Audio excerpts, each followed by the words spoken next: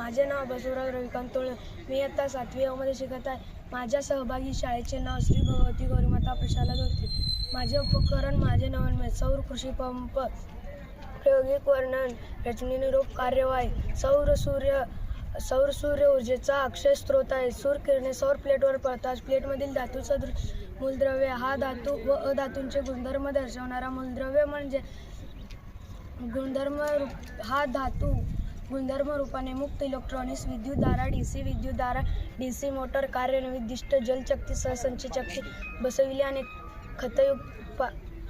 खतयुक्त पंपामध्ये पाण्याला गतिमान अवस्थेत वेगाने फवारणी नलिकेद्वारे कीट व कीटकनाशके, खतेनाशके, तणनाशके फवारण्यास मदत करते. धन्यवाद.